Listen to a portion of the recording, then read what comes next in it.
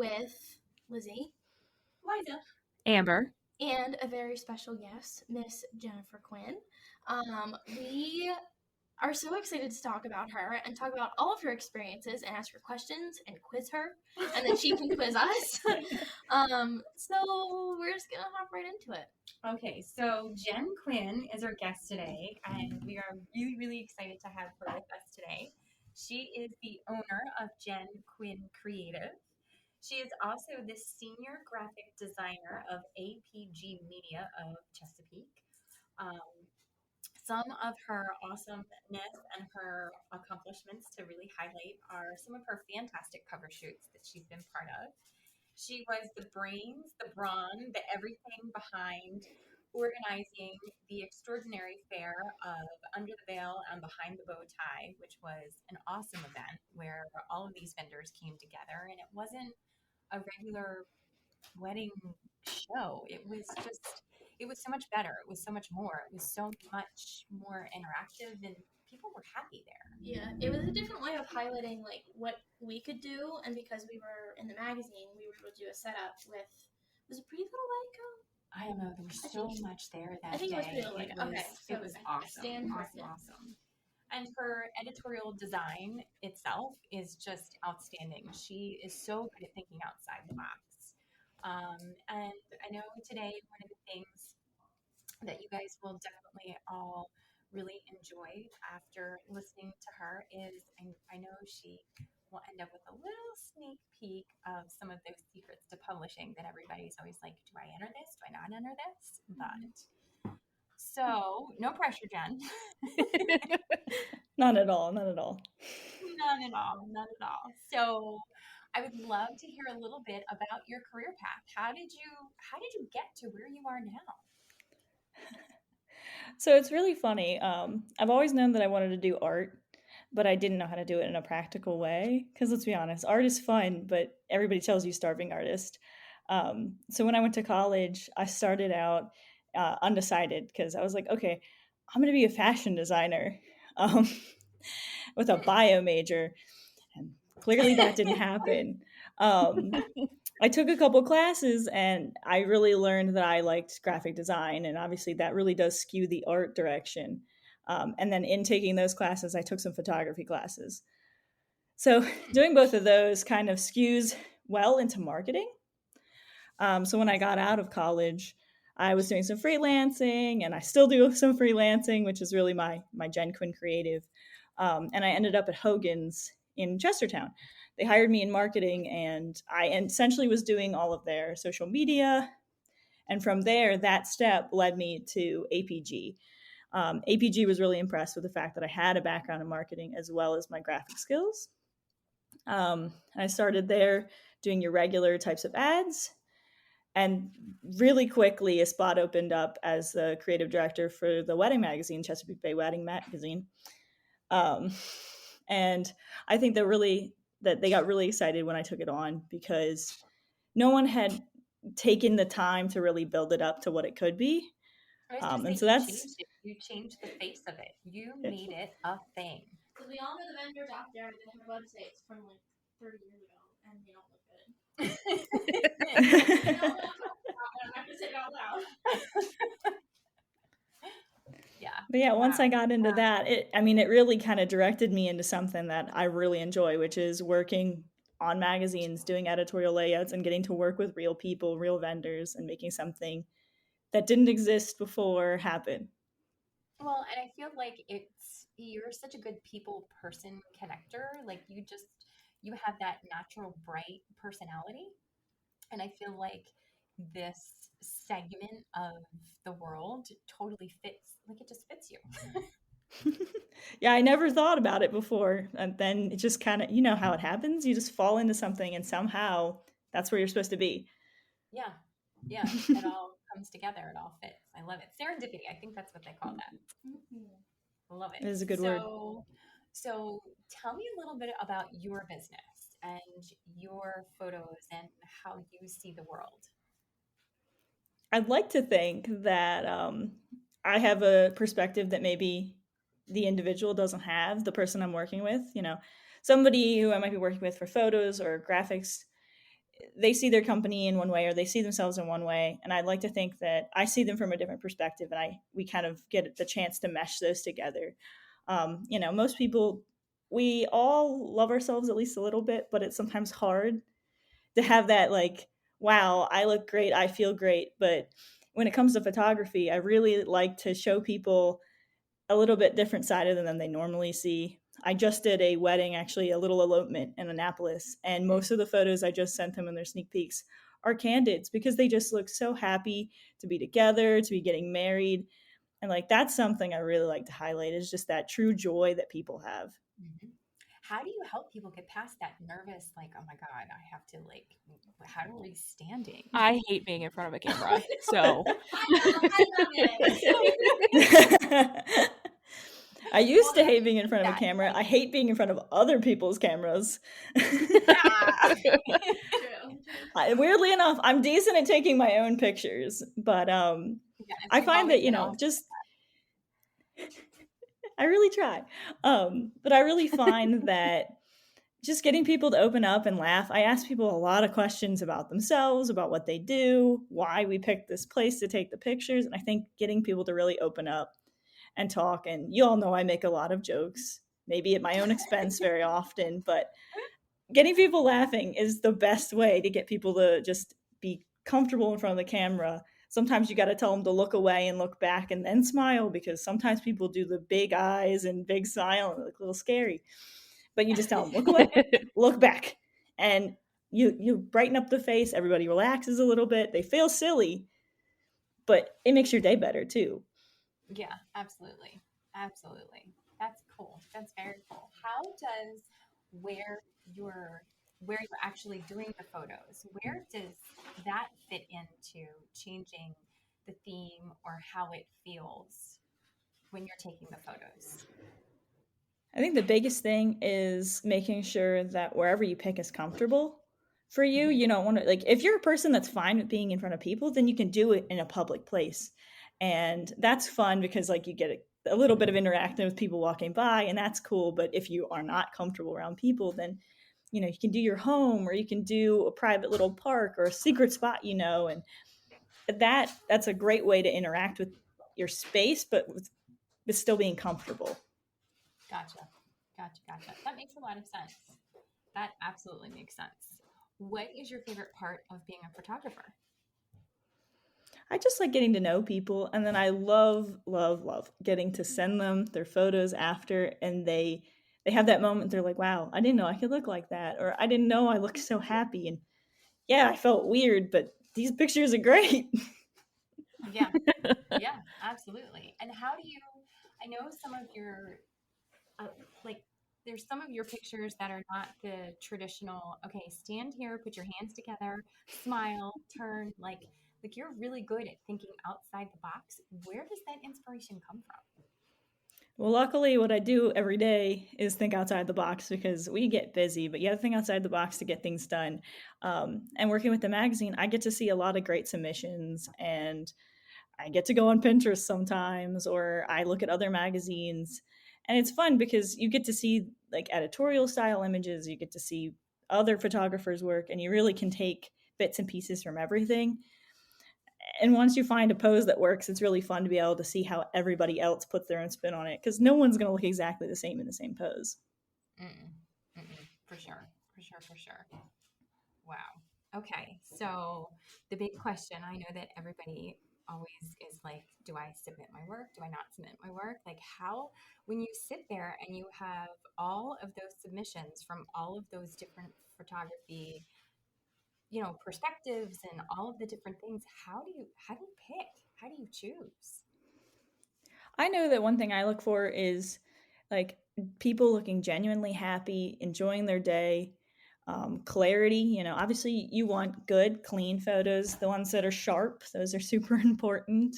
And then when we're talking for publishing, contrast is great, but like you don't want too many dark shadows or too many brights, because we're thinking what's going to look good on a page. And as for what you might look for, like specifically in submissions, is just, I want to see different perspectives. I want good coverage. You want to see all the details. We want to see a lot of different things. and don't just focus on what might be the trend, because the trend now will not be the trend when the paper or the, or I work on newspapers too, when the magazine comes out. Wow. So you want to, don't worry about what exactly the trend is, but worry about making good work. How do you stay on top of that? Like, what are some of the things that you guys look at to be able to pick some of those trends that are coming forward? I mean, let's be realistic. Chesapeake Bay, there's always going to be something that's blue and white, or oysters, or driftwood, or that's just a theme. And I think that's consistent. But when there's other things, like, I feel like we've seen an increase in the use of taper candles. I feel like we've seen some changes in types of hanging arrangements. So instead of things constantly being that hula hoop of greenery or florals or whatever, we've seen a lot of different interpretations of that. What do you guys look for to stay on that edge? Well, let's be honest, we all consume a lot of media. I know I do. I'm a TikTok girly myself. I definitely follow a lot of people that, and this is just outside of work most of the time, I follow a lot of people that work in the wedding industry and who work in fashion and things like that. And they are so good at predicting trends that it's fun for me that I am almost the sole person who decides what the trends are that goes into the magazine. So that's fun. I get a little bit of influence there. But like my goal is to pay attention to what is coming out, not just in the wedding side of things, but what is coming big in fashion, what is big in colors. Because yeah, it is a hard thing. It's all prediction. There's no guarantee. The pro of it is, what you start putting out there, people start picking up on. Mm-hmm. So yeah, it's just a lot of consuming the media, even if that is maybe more than I probably should. It's very fun to follow those people and see what's coming. I'm excited for color, even more color. Oh yeah. It helps when you love what you do too. Mm-hmm. It's easy to find it and want to consume it because you're like, this is fun for me. This isn't just work. Yeah, it becomes less of a chore and more of entertainment, more of what you want to do all the time. Yeah, it's hard sometimes when you want to separate work from fun because you'll be like, oh, this is the best idea. For sure. So I know one of the questions that I'm sure you get, because let's face it, magazines sell by ads and people purchase the ads and all of that kind of stuff. So you have all the different ads and, trying to figure out how to market that. How do you still, I don't want to say push because that's not the right word, but I don't know how else to explain it. Like, how do you validate that, hey, a magazine print is still really important when we are such high consumers of digital? What do you say to people? Well, luckily, I don't walk in front of too many people directly. I get to work with them after they've purchased. But I've definitely noticed that it's helpful for me. I'm not a, just a salesperson for sure. But what's helpful for me is the wedding industry is still in print. People want to look at magazines. They want to see what's upcoming, and it's not so fleeting because they can rip a page out of a magazine and make their own mood board. Or it's nice for our magazine specifically because it's so local. People will see it out and about, and that's so nice that there's a specific resource to just this area of people that are easy to work with. They're local. You're gonna get quality because that's all we work with. We work with local and quality, and that's the big sell, I think, for our print magazine is it's out in the world. People are gonna notice it, and you can physically use it to find a vendor. Yeah, I feel like, and we do have the online portion. Oh, absolutely, yeah. Absolutely. But I feel like that magazine in particular for our area is such a resource. Of course, there's advertisements in there, but you can really flip through. And I would say the past, I don't know, like six. It's not episodes. It's what, not episodes. What is it called? The magazine comes out. Oh my gosh, I'm brain dead. Oh, editions. Editions, Issues. iterations. Good variety I feel like every of time we names. look in there, exactly. Every time we look in there, it's like, oh, I know that person. Or, it's comforting to be like, wow, I've been to that place. And it's really neat to see how somebody else interprets that same space. You may have wild and colorful one time. You may have super formal, I would say formal and white and green are uptight and all together, but like elegant. Yeah, you can make it fun, but a lot of times that white and green you see is very like elegant and clean. Yes. But It's much more the minimal look. Oh yeah. Yes. And then you have the wild, like, hey, let's use all of the colors. And then we just did one with fruits and fall harvest, kind of a fall harvest vibe. So Keep an eye out for that one. Yeah, Maybe I'll be that's definitely what's looking for amazing that one. fruit. That sounds really interesting. it was actually, that was a ton of fun. The bride did so many neat things that were outside the box. She collected over 150 different chairs. I'm not kidding. Oh my It was an gosh. enterprise truck that backed up, and everybody, everybody had a job, and it was move the chairs and the sofas, and it was amazing. That does sound pretty cool. It was very cool. It was a lot of work. And Hopefully they'll submit to the magazine. I want to see it. Whoever you are, please. We'll send it. But I don't know.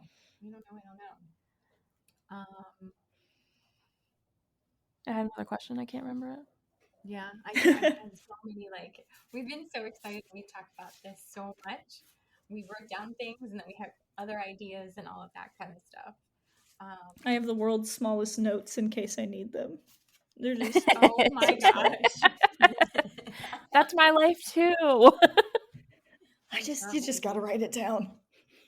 Yeah, put them all over the place. And then I'm like, or I've started to put notes in the calendar, and then it's like, call such and such, and I'm like, oh my god, I don't remember who that's supposed to be. Or I'm scrolling. I didn't have a question. I had a comment. I love it when there are new venues or just venues that are not typically used in the magazines, and we get to flip through there and go, oh, I can't wait to work there. Mm-hmm. That's on my bucket list. I want to work there. Ooh, and we love that. It's just really fun to get to highlight new people. So I'm sorry. Oh yeah, absolutely. And that whole section you did on animals, where it was all of the pets and all of that kind of stuff, hands down one of my favorites to see. I mean, we know people love their pets. Why wouldn't they include them? So let's talk about it.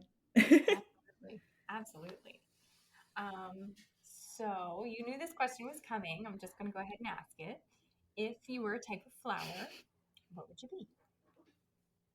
So I had the hardest time because I know my go-to, and I was like, do I need to pick something different? But my go-to is the tiger lilies that grow in waterways. Oh, interesting. Mm-hmm. Interesting. I mean, they're my favorite flower, which is silly, but they remind me of home. They grow in the waterways here. They show up around my birthday every year. But they're just I love them because they're so bright and colorful, even when you're just driving down the highway. Mm-hmm. And they just feel like they come out of nowhere. Oh, I like that. That's very fitting. That's very you. I love that. 100%. 100%. Wow. What are we missing? I don't know. Tell me about your tattoo. So this is time.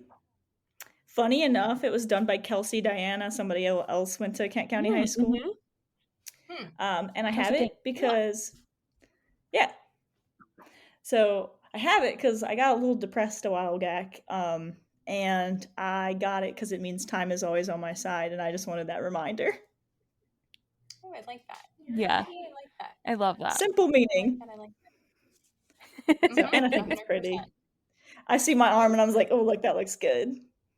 I like that. I actually have another one on my ribs that has a lily in it because of them being my favorite flower. Oh, very nice. So that totally fits. That fits 100%. It's attached to my body, might not be it. It'll be with you forever. Perfect. It will. Well, if people want to find you and they want to connect with you, where do they find you? So I'm on Instagram under J Quinn Port. I have a Facebook page, Jen Quinn Creative, and then I have my website, which is just jenquinncreative.com. It features graphic work and different types of not design work. Obviously, there's design work on there. It features design work and lots of different photography, mostly portraits because that's what people come looking for, but a variety of things. Awesome. Very cool. All right, we're going to wrap up this episode. All my notes. A tiger lily. I will always see this hometown girl as a tiger lily. Yeah. All right. You can't forget it now. Well, guys, you can find us at the Flower Files on Instagram, otherwise known as Wildly Native, wherever you want, honestly.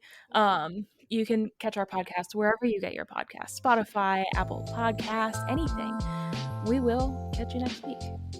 Bye. Bye, guys.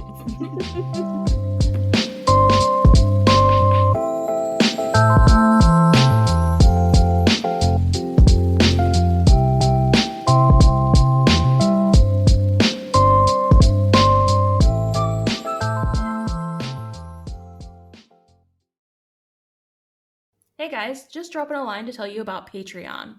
So I asked them, meaning Mom and Amber, what is Patreon anyway? Because I honestly had no idea. So we're going to explain it to you from our perspective so that you understand and so that I understand. Because the first time I saw it, I was like, Patron? We're drinking tequila? Great.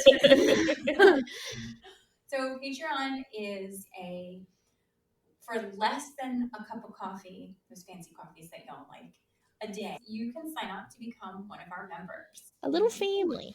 Exactly. And what does that get us? It gets us some freebies, some special episodes that other people do not get access to. You can interact with us on a special platform where we can ask you questions and interact with you. It's tons of fun. Mm-hmm. And even on those special episodes, we might be less censored than we are already. And we're going to have a couple fun ones that we can just kind of throw in there and talk about and laugh and go on tangents and have fun. So I hope that you all enjoy it because we're going to have fun along the way. We're crazy excited. Thanks, guys. Yeah. Back to the episode now. Bye. Gracias.